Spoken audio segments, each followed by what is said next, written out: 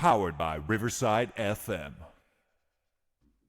Welcome to another edition of Unconventional Playbook. Please hit that like and subscribe button. Got to get on here and talk about my Ohio State Buckeyes. People have been reaching out and say, Jones, what do you think about the Buckeyes in that Oregon game? Man, let me tell you, the Buckeyes put a whooping. They put a whooping on Oregon on New Year's Day. Now, I'm not surprised that the Buckeyes won the game. I had no expectations. Y'all know how I've been feeling about Mr. Ryan Day. Came in, had a great game plan against Tennessee, followed that up with another game plan, perfectly called game against the Oregon Ducks. And I've been hearing a lot of analysts talk about the Michigan game woke Ryan Day up. Now, let me tell you something, because you know I'm going to keep it real here on the UP. The Michigan game didn't wake Ryan Day up. The fans after the Michigan game woke Ryan Day up. Again, I tell you, you've got guys out there like Kirk Herbstreit, you got Nick Saban, and those guys painting the Ohio State Buckeyes fan with a wide brush. I know Kirk Herbstreit tried to walk it back and talked about, the 10% lunatic fringe. But before that, he wasn't segregating the fans. He was saying Ohio State fans. So I know a couple of people that wrote in to me, well, that's who Kirk Herbstreit was talking about. He was talking about the 10%. That's not the way he stated it to start this thing out and what he's been saying for years about Ohio State fans. He generalized the topic about Ohio State fans. If there would not have been any venom after the Michigan game, I am a firm believer that Ohio State would probably be going through the same motions. Hell, he lost to Michigan in previous years, and nothing really changed. See, this should make you, this whole thing with Ohio State whooping Tennessee, whooping Oregon, just proves my point of why Ohio State fans has a right to be upset, because the switch has been flipped. The switch has been flipped. Did you see Ohio State against Tennessee and Oregon? Did you see Ohio State against Tennessee and Oregon? We haven't seen that Ohio State team. We haven't seen an Ohio State team like that all season long. Where's that been? Our coaches are making top dollar. Where's that preparedness? Where's that game plan? Where's that scheme? Where's that execution been? Even the games that Ohio State have been winning didn't look like Tennessee and Oregon, did it? If I'm wrong, UP Nation, if I'm wrong, put it in the comments. Ohio State Buckeye fans, if I'm wrong, put it in the comments. Give me a game that we've had this year, win or loss, that has looked like Tennessee and Oregon. And it's not like there was a lot of off-season. You had the gap between the Michigan game and the Tennessee game to get yourselves together. And they've gotten themselves together. Like, it's just like they've just flipped a switch. The intensity is there. The engagement is there. The execution is there. Where has that been? All year. Man, I would have loved to have been a wall inside some of those coaches' meetings. You're never going to hear the truth. You can only speculate. Man, I wish I could get to some of the players. I wish I could get to some of the players and get the scoop, because something has happened behind closed doors. And Chip Kelly, Chip Kelly is in his bag. He's in his bag in terms of play calling, the offense. Man, it seems like every play that the Ohio State Buckeyes run, 90% of what they run is a lot of misdirection. It's a lot of misdirection. You think the line is pulling one way, the ball is going another way. Man, Oregon looked like they were praying for halftime. They just wanted to get off the field. Same way with Tennessee. Where has that been? What has changed? Man, do you remember, Buckeye Nation, do you remember the Chip Kelly offense at Oregon when he was at Oregon? When he was running that tempo, man, they would run like 100 plays a game. Nonstop, never huddle, screen plays, misdirection. This, what we are seeing, the last two games from the Ohio State Buckeyes resembles that. They're not going as much up-tempo. They're not trying to snap 100 and something plays. But, man, it looks dangerous out there. Everybody's being utilized. Everybody. And then our freshman wide receiver. Can you imagine that dude being in Jeremiah Smith? Can you imagine him being in high school last year? Man, that must have been a sight to see. That's a man among boys, because he's a man among boys right now at D1 football at the highest level. You can't deal with that dude. That dude is absolutely nasty. And now all of a sudden we are incorporating him into the offense. Just a dominant first half for that young man yesterday.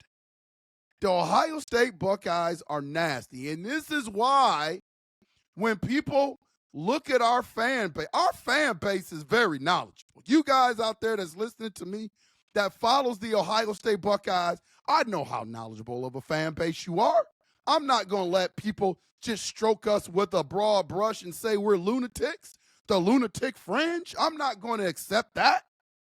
You're not going to paint Ohio State fans with the broad brush. I'm just not going to let you do it. This is why we're getting upset. The nation is starting to see why we're getting upset. A lot of people have put a lot of focus on the Michigan game. Man, it hasn't been just the Michigan game. Yeah, is the Michigan game intense? Yeah. Do we put a lot of stock in that game? Of course we do. It's one of the greatest rivalries in sports. Of course we put a lot of emphasis on that. But there's been other games besides the Michigan games where we needed to show up a certain way and we didn't show up a certain way. With all the talent that we have. People are talking about our NIL, $20 million in NIL, where no one talks about Oregon's $23 million in NIL.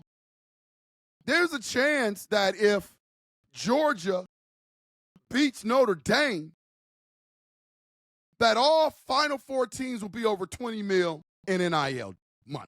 People don't say that. They always throw the Ohio State NIL deal out there because we were underperforming. When you see what you saw against Oregon, therein lies the venom of Ohio State fans, because this is what we knew we could get all season long, and we were wondering what's going on behind the scenes that we're not getting. Therein lies the intensity. A little bit has to do with the Michigan game, man, but go back and look at the freaking Michigan game compared to what we have seen against Tennessee and what we have seen against Oregon. It's almost coaching malpractice. I'm just glad Ryan Day and the boys have got it together. Whatever happened. But if you go back and watch that game and then watch the last two games, man, what are some of the things that's going through your mind when you look at just the contrast in football and how it's played? What's the excuse now that you lost the Michigan game? Are you blaming it on the players or the coaching or the scheme or just being unprepared?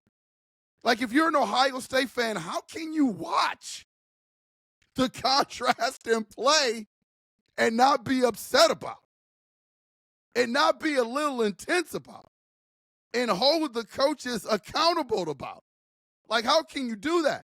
People on the outside nationally that really don't follow the Buckeyes are probably shocked. Like, what's going on with the Buckeyes? But the Ohio State fans knew that this is what we had in the cupboard. Like, we were putting unleaded gas in a Lamborghini. We got a bunch of Lamborghinis, Porsches. whatever you want to say in terms of sports car out there, Formula One racer, whatever you want. And we've been putting unleaded gas in those type of cars. And that's why Ohio State fans were upset. You let Kirk Herbstreit and Nick Saban talk about it. We're crazy. We're the lunatic fringe. We need to calm down. But you see, what the nation is waking up to in terms of Ohio State football and what we have under the hood, you're starting to see it. You saw it against Tennessee, and you saw it against Oregon. My guess is no expectation. Because when you have expectations, you get disappointed. But my guess is we're going to see it against Texas and Quinn Ewers. You have to ask yourself, don't you? You can't give Ryan Day and the boys a pass. You have to ask yourself where's this been? All season long. What made you all of a sudden flip the switch for the playoffs? You flipped the switch because all of a sudden it got a little bit intense after the Michigan game. It was the game plan. It was the loss. It was the fight after the game, the planting of the flag. See, sometimes you got to go through something to be something. I tell my players that all the time. Sometimes you got to go through something to be something. And that Michigan game took Ryan Day and the Buckeyes through a little bit of hell leading up to that Tennessee game. Iron sharpens iron. Sometimes if the heat is too much, you fold 10. You fold 10. Some people are just wired that way. But some people, when the criticism comes and things get a little bit hot, when you're at a fork in the road, you change. You go back to the drawing board. You get new ideas. Without that heat, that change doesn't come. I'm telling you, the change doesn't come. Sometimes you need your critics. Sometimes you need that heat, that appropriate heat. We're not talking about damaging property or death threats, all that stupid stuff. But a little bit of appropriate criticism, a little bit of accountability, sometimes can bring out the best in you. And you're starting to see it from our Ohio State Buckeyes, the Ohio State Buckeyes. We destroyed the so-called SEC power in Tennessee. If Alabama wanted to show up, we would whoop their butt too. You see what they saw? You see what you saw against Michigan. They couldn't even get the job done against Michigan. But who am I to talk? Neither did the Ohio State Buckeyes. But then we show up against the undefeated number one team in the country, Oregon Ducks. I believe they have beaten us 2 games in a row, by the way. Beat us at the Horseshoe, beat us at their place this year. This was the rubber match in the Rose Bowl. That's our territory, man. We run the Rose Bowl. It's not the Oregon Ducks. We had to move them up off the block. It was time. We had to move them up off the block. Oregon Ducks. It's amazing what a little appropriate criticism can do. Now, I'm hoping that Ryan Day and Chip Kelly and the boys, they realize the secret sauce. And I'm hoping that they don't overthink this thing now and try to change stuff or whatever. Do what you have continued to do the last couple of weeks. Don't change a thing.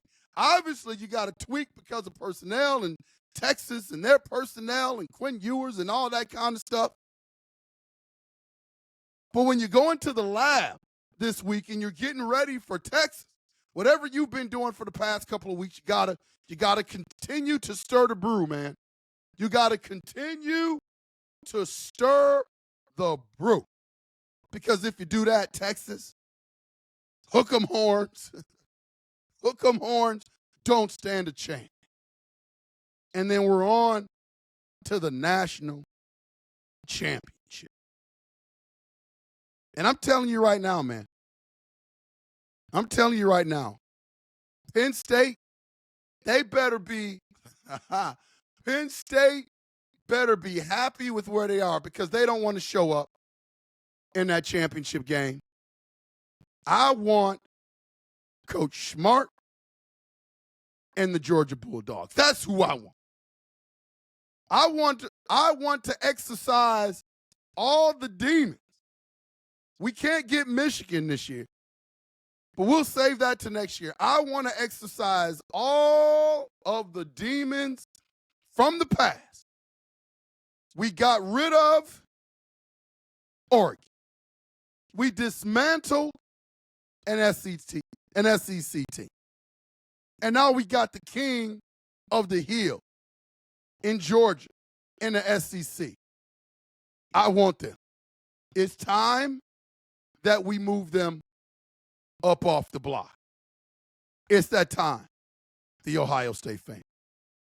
So I just wanted to jump on here, man. People said, Jones, you got to get on here and talk about Ohio State in that Oregon game. Man, listen, sometimes your critics help you out. And it's not about, I love how the analysts say, well, the Michigan game woke up Ryan Day. If the fans would not have responded angrily or disappointedly to the Michigan game, I am here to tell you there would not be that much of a change. Sometimes, man, heat is good. Criticism and heat is good, and you're seeing the byproduct of that in Ohio State whooping people. That's the byproduct of all that heat and all that pressure. That's what that job is all about when it's done appropriately. You guys hear what I'm saying, UP Nation. You hear what I'm saying. Hit that like and subscribe button. This has been Unconventional Playbook. We'll make sure to see you when we see you. Latrey, take us home. Go Buckeyes. OH.